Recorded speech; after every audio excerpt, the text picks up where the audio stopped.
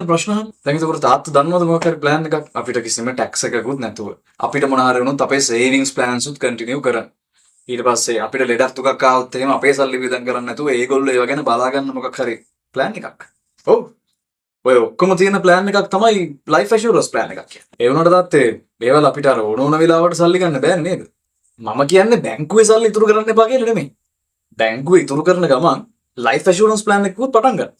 එතකොට ඔයා ඉතුරු කරන සල්ලි පරිස්සම් කරගෙන කිසිම ටැක්ස් එකක් නැතුව ඔයාගේ පෙන්ෂන් එකටත් සල්ලි ටිකක් ඉතුරු කරගෙන හොඳට ජීවිතය ගත කරන්න පුළුවන්. එතකොට තාත්තේ දැන් මම ඔය වගේ ප්ලෑන් එකක් පටන් ගන්නවා නම් මොකද කරන්න ඕනේ?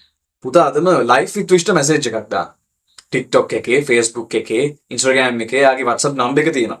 එයාට මැසේජ් එකක් දාලා එයාව හම්බෙන්න. ඔයාට ගැළපෙනම විදියට ප්ලෑන් එක හදාගන්න පුළුවන්.